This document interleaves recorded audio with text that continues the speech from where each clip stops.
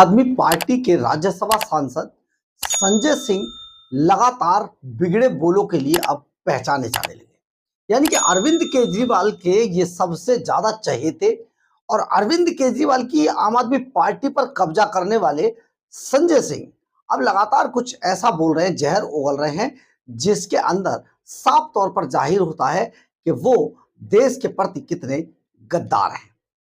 और गद्दार शब्द से याद आया, कुछ दिन पहले जब आम आदमी पार्टी छोड़कर राघव चड्ढा के साथ 7 राज्यसभा सांसद पार्टी को छोड़कर बीजेपी में चले गए तो इन्होंने गद्दार शब्द को इजाद किया। लेकिन आज देश की जनता इन्हीं लोगों को गद्दार शब्द से नवाज रही है। बड़ी बात यह है कि संजय सिंह लगातार देश के खिलाफ कुछ ना कुछ करते रहते हैं। कभी वो पाकिस्तान पर हमले के बारे में सवाल पूछते हैं, कभी वो प्लेन गिरने के बारे में पूछते हैं, कभी वो हमलों पर, दूसरे तरीके के आतंकी हमलों पर सवाल पूछते हैं। और अब तो हद ही हो गई। हद ये हो गई कि संजय सिंह अपनी राजनीति चमकाने के लिए देश की सेना के कुछ ऐसे लोगों को, जिन्हें बर्खास्त कर दिया गया था, जो पहले ही अनुशासनहीनता के चलते जिन्हें सेना से निकाल दिया गया था, उन लोगों को लेकर बैठ गए। और जानते कहां पर बैठे? प्रेस क्लब में। और साथ किसने दिया? साथ दिया आरजेडी के राज्यसभा सांसद मनोज सिन्हा ने। यानी कि जब ये सब चल रहा था तो मनोज झा संजय सिंह के साथ बैठकर कॉन्फ्रेंस कर रहे थे और ऐसा दिखाने की कोशिश कर रहे थे जैसे प्रधानमंत्री नरेंद्र मोदी की सरकार सैनिकों के साथ कितना बड़ा बुरा बर्ताव कर रही है। ये सब चीजें जिस तरीके से सामने आई वो सचमुच दुर्भाग्यपूर्ण था। कम से कम संजय सिंह और मनोज झा को लेकर ऐसी बातें तो नहीं सोची जा सकती। एक राज्यसभा के अंदर बैठने वाले, उच्च सदन जिसे कहा जाता है, वहां पे बैठने वाले ये सांसद देश के खिलाफ इस तरीके से काम करेंगे तो इन्हें गद्दार नहीं तो और क्या कहेंगे। नमस्कार, मैं हूं कुमार गजेंद्र। जनपद ऑन द स्पॉट में आपका स्वागत है।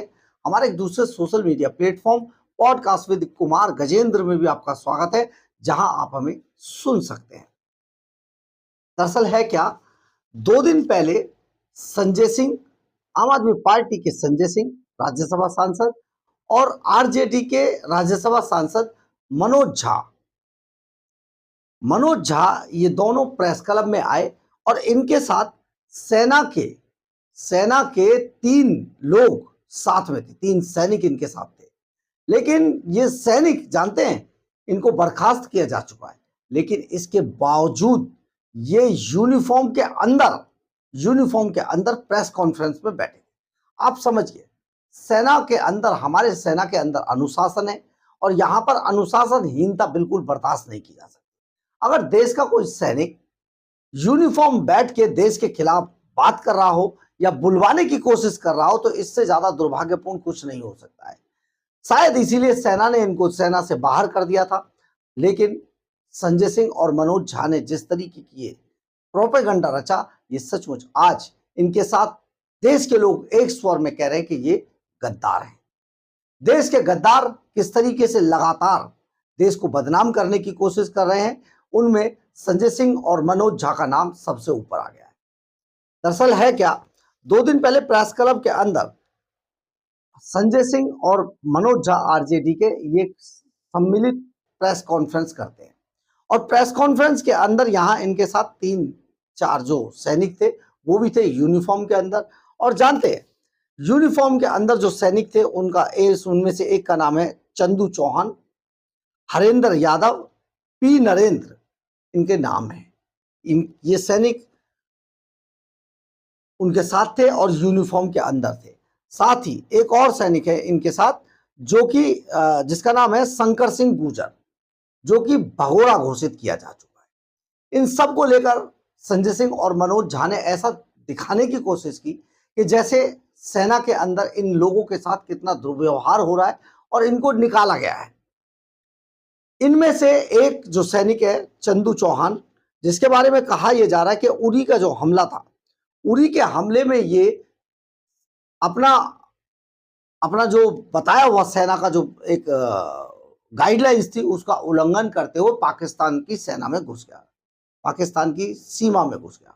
और पाकिस्तान की सीमा में घुसने के बाद इसे वहां पर पकड़ लिया गया था और करीब करीब 3 महीने तक ये पाकिस्तान की पकड़ में रहा। उसके बाद किसी तरीके से जो देश का एक आपस में कोऑर्डिनेशन होता है उसके हिसाब से इसे वापस लाया गया। लेकिन अब यही शख्स देश के खिलाफ किस तरीके से खड़ा होता है, सेना के किस तरीके से खड़ा होता है खिलाफ, ये अब किसी से छिपा हुआ नहीं है। उन पॉलिटिशियंस का सहारा लेने की ये सेना के लोग कोशिश कर रहे हैं, जो पॉलिटिशियंस को खुद नहीं पता है कि अगला कार्यकाल उनका क्या होगा। तो ये बहुत बड़ा अपने आप में मामला था। आज भारतीय सेना ने इस पर अपना स्पष्टीकरण दिया है। उन्होंने कहा है कि अनुशासनहीनता, जो ये थे 3 पूर्व सैनिक जो मौजूद थे, उनमें चंदू चौहान, हरेंद्र यादव, पी नरेंद्र, ये अनुशासनहीनता और गैर सैनिक आचरण के आधार पर, फिर सुनिए, अनुशासनहीनता और गैर सैनिक आचरण के आधार पर सेना की सेवा से इन्हें बर्खास्त कर दिया गया है। चौथा जो सैनिक है शंकर सिंह गुर्जर, ये भगोड़ा है और उसके खिलाफ सेना और नागरिक अदालतों में कार्रवाई चल रही है। यानी कि इनका सेना से कोई लेना देना अब नहीं है। सेना कोई भी हो, हमारी जो देश की सेना है उसमें अनुशासनहीनता सैनिकों के लिए या अनुशासन का पालन करना सैनिकों के लिए परम कर्तव्य है। पहला कर्तव्य यही है कि उन्हें अनुशासन का पालन हर हाल में करना होगा और सेना द्वारा जो जारी गाइडलाइंस है उनको फॉलो करना होगा। आप ये कितने गैर जिम्मेदार लोग थे या कितने गैर जिम्मेदार ये सैनिक हुआ करते थे कि इन्हें इसी बात के ऊपर बर्खास्त किया गया है। आप सोचिए, शायद जब वो उरी के अंदर, उरी हमले में जब अंदर घुसे थे तो उसके बाद भी शायद कहीं ना कहीं इन्होंने अपनी जो सीमा रेखा थी उसको लांघ दिया था। सेना ने इन्हें निकाला, लेकिन संजय सिंह और मनोज झा ऐसा दिखाने की कोशिश कर रहे थे जैसे हमारे देश के अंदर सेना के लोग, जो सैनिक हैं हमारे, वो कितने परेशान हैं और केंद्र सरकार उन पर ध्यान नहीं देती है। बहुत बड़ी, मतलब ये बिगड़े बोल इनको कहा जा सकता है, क्योंकि ये लगातार देश के खिलाफ बोल रहे हैं। देश की जनता को भी इस बात को सोचना होगा कि क्या सैनिकों को लेकर प्रेस कॉन्फ्रेंस करना और सैनिकों को बावर्दी यानी कि यूनिफॉर्म में प्रेस कॉन्फ्रेंस के अंदर बुलाना, या उन सैनिकों को किसी प्रेस कॉन्फ्रेंस के अंदर जो नेता बुला रहा है, सैनिकों को बावर्दी वहां पहुंचकर अपनी बात को ये दिखाने की कोशिश करना कि देखिए हमारे साथ दुर्व्यवहार हुआ है, क्या ये शोभा देता है? नहीं देता ना। तो इसीलिए अब संजय सिंह के सामने ये लिखा जाना चाहिए कि ये गद्दार है। मनोज झा के सामने भी लिखा जाना चाहिए कि ये गद्दार है, क्योंकि देश की इज्जत को जिस तरीके से ये लोग तार तार करने की कोशिश कर रहे हैं, ये अब किसी से छिपा हुआ रह नहीं गया है। संजय सिंह जैसे लोग जिनकी पार्टी बहुत छोटी सी बची है, हालांकि अब आरजेडी का भी बहुत ज्यादा बिहार के अंदर वजूद रहा नहीं है, तो आप सोचिए संजय सिंह की बातों में अब कोई दम नहीं रहा है। जबरदस्ती प्रेस कॉन्फ्रेंस करना, अगर ऐसी ही जरूरत थी तो संजय सिंह अपने आम आदमी पार्टी के दफ्तर में प्रेस कॉन्फ्रेंस करते। प्रेस क्लब को इसलिए चुना गया क्योंकि प्रेस क्लब के अंदर ऑलरेडी जो भी कुछ बोलेंगे वो कहीं ना कहीं तो छपेगा जरूर, क्योंकि press club already press reporters जो है, जो पत्रकार लोग हैं, उनका क्लब है।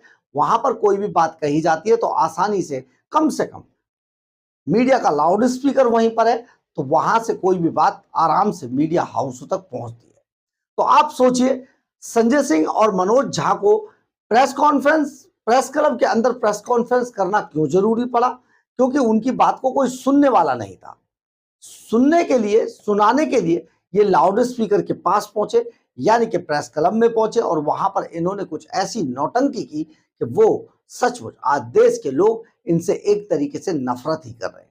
संजय सिंह वो शख्स है जो कोई चुनाव लड़े बिना, यानी कि बिना किसी चुनाव लड़े वहां तक पहुंचे हैं। कईयों के टिकट कटवाकर, कईयों को बाहर निकलवाकर पार्टी से बार बार वो वहां पर चुनते हैं। अरविंद केजरीवाल के कहने पर वो राज्यसभा की सीट नहीं छोड़ते हैं और साफ तौर पर मना कर देते हैं राज्यसभा की सीट तो नहीं छोड़ी जाएगी। संजय सिंह ही वही शख्स है जो आम आदमी पार्टी के बाहर भी अपना भविष्य तलाश रहे हैं और बहुत करीबी रिश्ता अखिलेश यादव से रखे हुए हैं। हालांकि वो आम आदमी पार्टी में आने से पहले भी अखिलेश यादव की पार्टी में ही थे, लेकिन अभी तक उनका रिश्ता बरकरार है। संजय सिंह को इस बात पर भी स्पष्टीकरण देना होगा कि आप ये बताइए कि आखिर समाजवादी पार्टी के साथ ये रिश्ता क्या कहलाता है। हालांकि संजय सिंह अब गद्दार हैं और गद्दारों की सजा देश में क्या होती है इस पूरा देश जानता है, लेकिन एक नेता की सबसे बड़ी सजा चुनाव के दौरान उसे वोट ना देना सबसे बड़ी सजा होती है। तो आप याद रखिएगा ऐसे गद्दारों को। बहरहाल, अगर आपको हमारी ये खबर अच्छी लगे तो आप इसे लाइक, सब्सक्राइब और शेयर जरूर करें। कमेंट्स बॉक्स में अपनी राय जरूर लिखें, इससे हमें बहुत बहुत बहुत ऊर्जा मिलती है। जय हिंद।